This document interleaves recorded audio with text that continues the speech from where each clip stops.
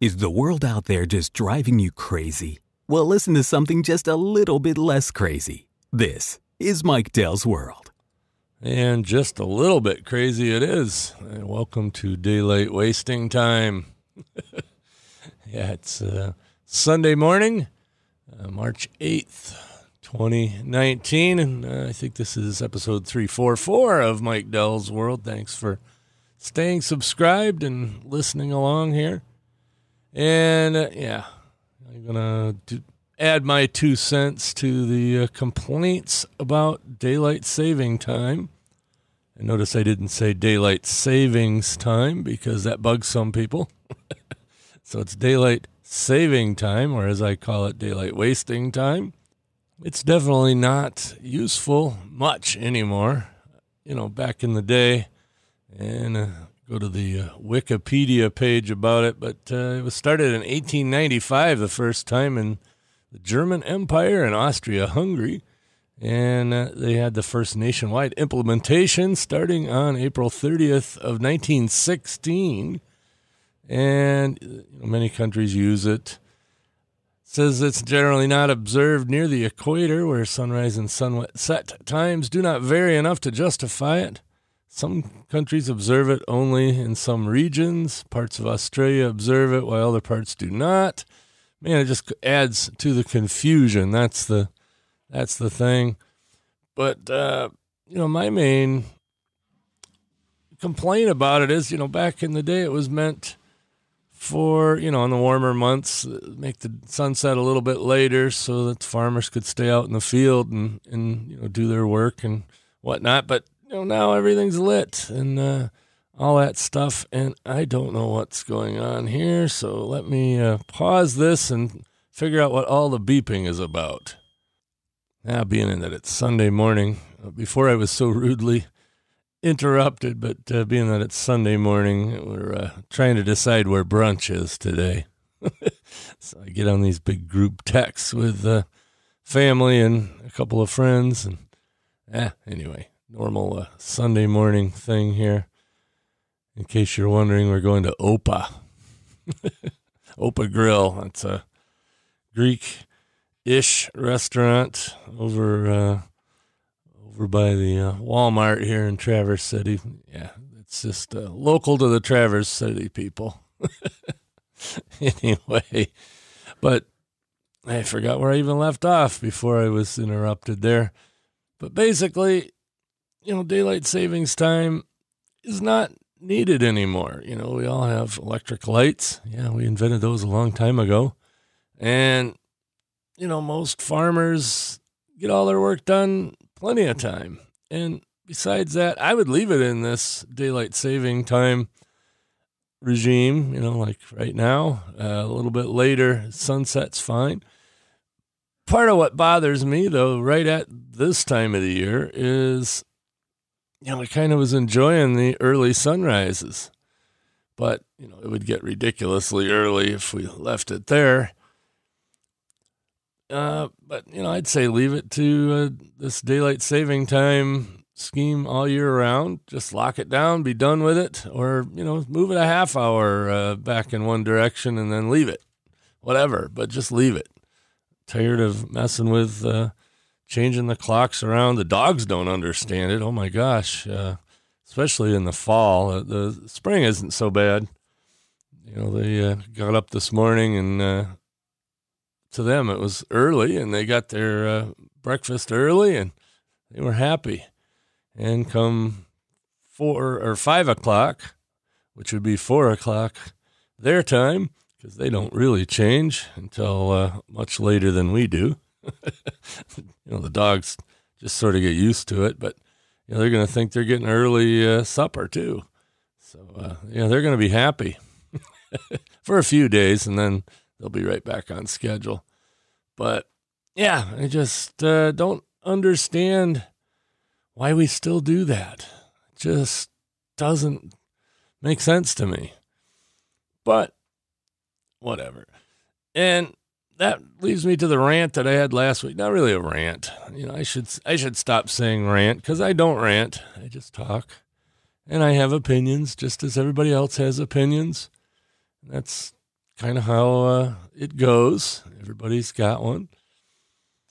But I think the TV networks are being overly greedy. And what I mean by that is, as you know, we cut the cable several months ago, and, we talked about it here quite a bit. And, so far we're generally happy with it, but there's a couple of things that sort of bug me about it, of course, is, okay, NBC, Fox, CBS, ABC, PBS, over the air. You can get those in most places over the air with a little bit of work. Around here, it's a little harder than it should be because of the topography of the area and the size of the market. So there are places in this market where you just plain can't get certain channels off the air.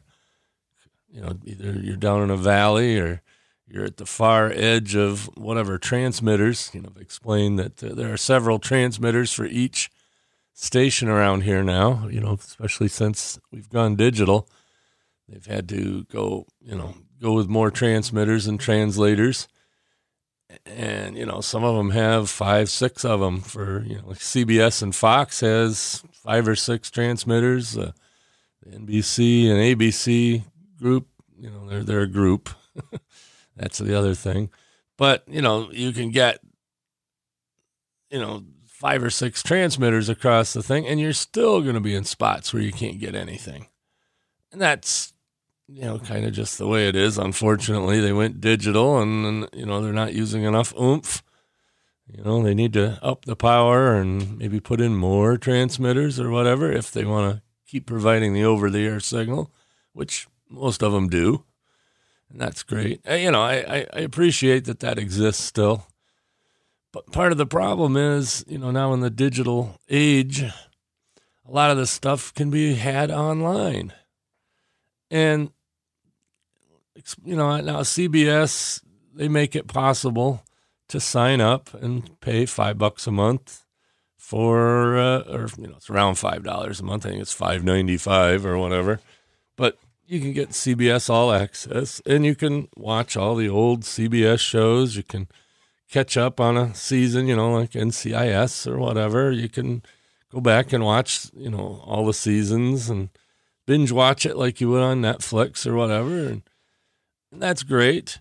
And you can even watch live over the air TV through the CBS app. So, like when I'm traveling, if I want to watch my local news, I can flip on the CBS app on my phone or my iPad, and I can watch the local, in this case, Cadillac, Michigan news, and, from the local station here. And that's great. But none of the other networks do that. Some of the local stations do. Like I can watch our local newscasts on the NBC station, through their app for free. That's cool. But like sporting events, like I watch Michigan football. I got season tickets, so if I don't go down there, I sell my tickets, and I want to watch it on TV up here. Sometimes I can, and sometimes I can't. If it's on ABC network, I can watch it over the air. If it's on ESPN or Big Ten network, I can't. Now, I could possibly, I don't know if I even can. I probably can in this case. If it's on ESPN, I could probably pay ESPN to watch ESPN live over my phone or my iPad or the computer or whatever. But most of the time, they make you sign into your cable provider or your TV provider, they call it. So it's cable, satellite, or, whatever. So like if you got YouTube TV or whatever, or Hulu Live, or there's 2 or 3 services now that offer, or Sling, I guess. But, then you can watch it live that way. But you could also, log into the app. So you could get on ESPN Go and, stream, as long as you are paying somebody for television. But if you're not paying somebody for television, you don't get it. And I don't know. I guess ESPN probably does. But I know one in particular that I'm also a fan of that there is no way for me to pay them to watch NASCAR. This is, NASCAR in particular. And I don't know if it's NASCAR itself that puts this restriction on it. I don't think so, because NASCAR is on two different networks. First half of the season is on Fox, and the second half of the season is on NBC. And, of course, Fox has their Fox Sports 1 and 2 networks, and NBC has NBCSN, so NBC Sportsnet. And, yeah, it's great if they're on the network that week. They're not always on the network. So if they're on the network, yeah, I can watch them on Fox. Or second half of the season, I can watch on NBC, over-the-air antenna. It's all good, all works. But a lot of the races are on FS1 for Fox. So they're on Fox Sports 1. I cannot pay Fox to watch Fox Sports 1. There is no mechanism for me to go to Fox Sports and sign in, pay them $5 a month or whatever. Hopefully it'd be $5 a month or something, maybe 10, whatever, but I cannot do that. They have no mechanism for that. So either I have to pay $100 and something a month for cable service, or $50 a month for some streaming TV service. And, that's $50 a month is too much. Come on, really? What I'm getting at is they get enough advertising revenue, or they should, if they're doing it right, they should get enough advertising revenue to allow that either free on, when it's on the network side, or if it's on their sports net, nominal fee. $10 a month, I'd pay $10 a month to, get access to all the NASCAR races. NBC's even worse. There's absolutely no way to get Fox Sports Net or Fox Sports Network, over the internet. Now you can if you're if you have a cable provider or a satellite provider, but if that's the case, then you just watch it on the cable. I mean, I don't know. It makes no sense to me that they would not want to make something available. I mean, if I could pay $5 a month for each channel I wanted to watch, the over the airs are free. That's great. But, say I want to get Fox Sports 1 and ESPN and Big Ten Network and, a few of those, all right. So I'd still pay $50, $60 a month, but I'd have the ones I want, and I could watch them whenever I wanted, on whatever app, or, on the Roku or on the Apple TV or whatever. I just don't want to have to pay Spectrum Cable or, Dish Network or, any of the others, or YouTube TV. YouTube TV is great, but, it's still $50, $60 a month for that. And I only watch NASCAR during the NASCAR season, which, okay, admittedly, that's most of the year. And, Big Ten football, I watch, just during the season. And, there should just be a way, season pass. All right, I'll pay $50 to watch NASCAR for the year, not for the month. I just, because I don't watch enough TV otherwise. I really don't anymore. I do watch a lot of YouTube. I have several channels I like. And, that's what I generally watch when I watch videos is YouTube. Or, I listen to podcasts. Those are still free for the most part. And that's all the entertainment I need. And I watch my news on the over-the-air, or, when I'm traveling on my iPad. Maybe. I might not watch the news. I haven't been paying a lot of attention to the news lately. I know there's a lot of stuff going on, and, I kind of catch enough of that by just what's going on the internet and whatnot. So, I'm not missing out on any important information, just not, following it word for word on the news. I always said about cable news networks, the 24-hour news networks, there's not 24 hours worth of news to cover. There just isn't. And so they have to make stuff up and make things bigger than it is. there's things out there that are big. Some things out there that are big that they don't pay any attention to, and some things out there that are big or that are little that they make big. And, so that stuff will rot your brain, so I just don't watch it. Yeah, anything really important happens, it'll be on the over-the-air TV, over-the-air network, or radio. It'll be all over the internet. So, you'll get your information. Don't worry about it if something important is going on. But, I don't know. I just think they're being greedy, And not only that, though. Okay, say you do say, all right, I'll get Hulu Live or YouTube TV. They don't cut out the commercials if you're paying for it. So they're double dipping. They're, sending commercials to you and they're charging you for it. But like I said, I would gladly pay to watch NASCAR. NASCAR itself ought to do that instead of exclusively on those networks. They should have their own stream. You pay them $50 a year and you can just watch NASCAR. Because that's what you're interested in. And they say that about a la carte cable. They've been talking about that for years. So they don't want to do that because there's channels out there that don't make any darn money except for the fees that the cable companies pay to carry them. Well, wouldn't it be a better business plan if they said, okay, I want to subscribe to ESPN, and I want to subscribe to FS1, and I want to subscribe to the Big Ten Network, and I want to subscribe to, this channel, that channel, and one more channel. And, it's $5 a piece per month. I'd gladly do that. I'd be right back on cable. I'd have great reception, and I'd pay for just the channels that I actually use rather than all this other crap that's out there. You go to the History Channel, it's not history anymore. It's all reality shows. It's just fine. Some of them are cool. I don't have any real problem with it. It's just, they don't have history on the History Channel. They don't have music on music television, MTV.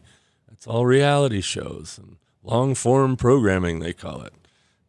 I kind of miss the days when MTV, you could flip over there and just have it kind of going in the background, and it was music. And, if you wanted to watch, you could watch. And, it was what it was supposed to be. Now, I understand that business model probably didn't work for them, and that's why they're doing the long form. But, suffice it to say, if someone wants to watch MTV, they shouldn't have to pay $150 a month to the cable company to watch MTV. They should pay $5 a month to MTV. Now, HBO does that. You can get HBO Go whether you have a cable provider or not, and you can watch anything that they put out, all their original programming anyway. I don't know about the movies, but, any original programming they put on HBO, you can watch it. Netflix, look at that. That is taking off like crazy. They have a lot of Netflix-only shows, and they're doing fine. And, you don't have to be tied up with a cable provider. Amazon Prime, same thing. Now they got the Disney Plus thing, so it's just kind of like ABC. I guess that would be ABC. I think if you get Disney Plus, don't you get ESPN and ABC Network stuff too? I don't know. I guess I'll have to look into that, but I don't have Disney Plus. You got Apple TV Plus now that has some original programming, although they're highfalutin, just like everything else, Apple. But, I think some of the old broadcasters out there, they got to supplement their broadcasting, but that's what advertising's for. It's just like with podcasting. A lot of podcasters, the reason that this is still free is that they can advertise. I don't advertise much. Do a little bit on one of my shows, sponsored by and whatnot, but it's not, 6 minutes of ads. Like you watch the Tonight Show sometime. The Tonight Show will have, the opening monologue. That's pretty cool. I like Jimmy. Whatever. And they'll advertise 2 guests and a musical guest. And if you add up all the minutes of advertising that you watch versus, say the 6 minutes that your guest that you want to listen to is on, so it's 6 minutes of that, and you got 12 minutes of ads. And, I guess it's lucrative, so cool, whatever. But, that's how they support the over-the-air broadcasts. So, they don't need to be so stingy when it comes to the other thing. And, local newspapers are that way too. And, the newspaper's kind of a dying business, obviously. You don't see nearly as many of them around as there used to be, and the ones that are around are pretty pathetic. Like our local newspaper, I saw the Sunday paper today. I went and got some refreshments this morning, and noticed that the papers used to be about an inch thick when they weren't folded all up. They were about maybe an inch and a half thick, and they were full of ads. Well, now they're much smaller and much less ads, and the internet's changing that business. But they could pivot. A lot of newspaper sites, you go to their website and they want you to subscribe and all this, and well, yeah, that's probably okay, but I think they'd be just as well, doing ads. That's how they supported their newspaper, so they could support their website that way. And they'd get more traffic if they didn't try to block people. But they block people. And, and there's pros and cons of both of that. But, I think they're just getting a little bit too greedy. And also the ads are annoying, especially on a website. And you get pop up, pop under, pop through, pop this. A lot of sites now that'll block you if you're using an ad blocker. I guess if they're going to be ad supported, I guess that makes sense. But still, it's it's an annoying experience. Can you go through a whole day without getting an advertisement? I doubt it. Unless you stay locked up in your house with a good book and don't have any media going at all. Maybe. But, it's pretty rare that you can go through a day without seeing ads. And sometimes well-targeted ones, but that's a whole nother discussion. So, anywho, let's see. Let's pivot here. What's been going on around here? Well, yesterday I spent time rearranging some ham radio stuff. I got a new van, new to me, a while back, I guess in August. So it's been this long, and I finally got a radio in it. I got a ham radio in it. I put a stereo in it not too long ago. Replaced the stock one with a Apple CarPlay compatible screen, and that's been wonderful. But I didn't have any ham radio stuff in it, so I finally did that. I installed a Yaesu FT. I don't know what it's called. FTDM 400. I don't know what it is. Dual band, digital and analog FM, 2 meter 440 transceiver, and it also has built-in GPS and APRS capability, which is automatic position reporting system. We all talk about tracking and stuff. I have no problem with tracking. You can know where I'm at. I'm cool. And I know how to turn it off if I don't want to be known. But anyway, I did install that, and I got it all set up. So now you can track me in my orange van, the new van, at K8LMJ-8. If you go to aprs.fi, it's K8LMJ-8 for the orange van. My old van has it in it as well, and that's K8LMJ-9. I have an old Kenwood TMD 700, or I don't know. I never know those stupid model numbers, but it's a dual band Kenwood radio, and I added an external GPS unit to it, and it tracks me.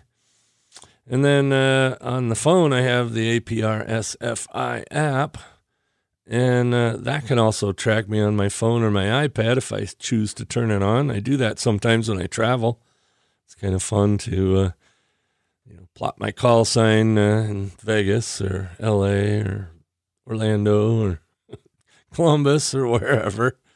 And so anyway, I got links on the post for this site or for this episode there. If you click, it'll take you to a map online. You can see where I've been or where I'm at currently. If I'm actively on, it has, it's kind of a tracking length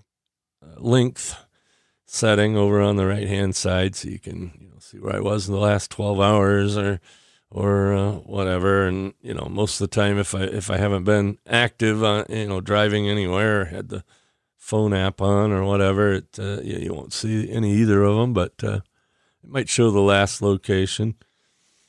But you look at the timestamp and you can see, how long it's been since I've actually done anything. It is kind of interesting. I do turn it on, like when I'm driving Uber, I'll turn it on. And, I had it on the phone, and I would turn it on, and at the end of the night, I could see, a map, you could make it the last 12 hours or whatever. And, it would, kind of me a map with trails, where I've been. And it's not super accurate. It's not like Find My Friends on iPhone or whatever. It's accurate to where I'm at when it first, when it pings, but it only pings every so often. So sometimes it can get a little inaccurate. It won't follow roads. You'll see a straight line from one point to another point, regardless of the roads, because that was the time between beacons. I think on the blue van, especially, it beacons every 2 minutes. That's it. It doesn't beacon when I change directions or whatever. The new one with the new radio does do that. It's called smart beaconing, and what happens is if I stop for, I think, 30 seconds, it'll ping, and then when I start moving again, it'll ping. If I turn more than 45 degrees, it'll ping. So, it's a little bit more accurate trail, and I think the phone app will do the same thing, but I don't usually leave that in tracking mode except for when I'm like driving Uber, but now I'll have it on dash 8 because that's the Uber van. So we'll watch K8LMJ-8 or 10 to see where I'm at. And if I'm out driving Uber, you can see where I've been, and it's all kind of cool that way. And or when I'm traveling, you might find me somewhere interesting. Who knows? It's just something interesting, and I don't think it, everybody worries about, they're tracking you everywhere. No, I don't care. I am where I am, and I'm prepared for random meetings. So if you see I'm in your area and get a hold of me, whatever, I might be able to meet up. Who knows? So other than that, not too much going on. Kathy's downstate. Went down to a family gathering down there. I didn't go because I had things to do here, and it was a minor family gathering, so it wasn't something I was required to do. Next week I got to go back down, or we go down there.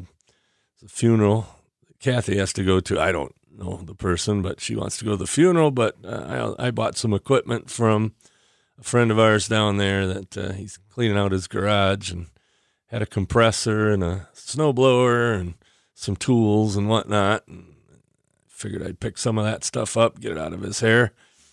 I definitely need a new compressor. Mine died several years ago, and I hadn't replaced it. So this one's relatively new and nice. And he got a relatively newer and nicer one. So, and same with the snowblower. He decided he didn't want to blow snow anymore. He just has a plow truck come. So this thing's hardly been used. Needs a little work, though, because it's been sitting for a couple of years. But I'll get that running before next year, and maybe I can retire my old one. We'll see. Or have it as a backup. So that's the plans and what's going on here. I'll probably pop in with another episode sometime next week or so, kind of randomly putting them out. But, I got to get ready for some ham radio stuff. We do our 40-meter net here in another hour, 10:30 Eastern Daylight Time now. But if you're got a shortwave radio that does sideband, we're somewhere around 7.185 megahertz or 7185 kilohertz on the 40-meter band. And if you're anywhere in the eastern half of the country, you might hear one of us or all of us. There's probably 10, 12 of us that get together every Sunday for kind of a round-robin conversation, otherwise known as a net. And we do that, like I said, every Sunday, 10:30 a.m. Eastern time, whether it's daylight or not. And we'll see. Conditions might be a little better this week now that we're an hour earlier than normal. So we'll see. And so check that out if you're so inclined. And if you're a ham with a general class or higher license, you can even join us. Just call WA8ZWJ or WA8ZWJ. We always say Z for Z because it's easier on the air. But that's Keith down in Dayton, Ohio. He kind of runs the net, otherwise known as net control.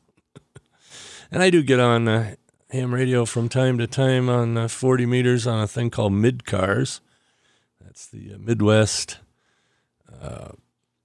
I guess, I don't know, it's mobile net usually. I mean, it's just people driving around with HF rigs in their car, and sometimes I just get on to check in, say hi, but I'm not mobile. And that's on 7158 or 7.158 megahertz, lower sideband.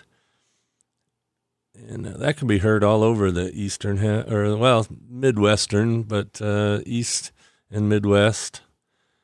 Mainly, Ohio, Indiana, Illinois, Wisconsin, Michigan, Minnesota, that general area, Kentucky, maybe Tennessee, Pennsylvania, maybe, just come on, because there's a mid-cars, there's also an East Cars. I forget what frequency they're on.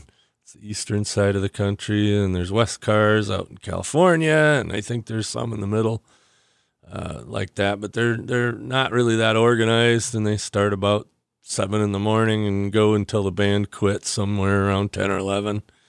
It depends on conditions. Sometimes the conditions last longer and sometimes they're less.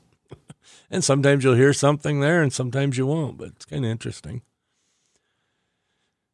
Anyway, enough about ham radio. Everybody have a great time until the next episode. Catch me later.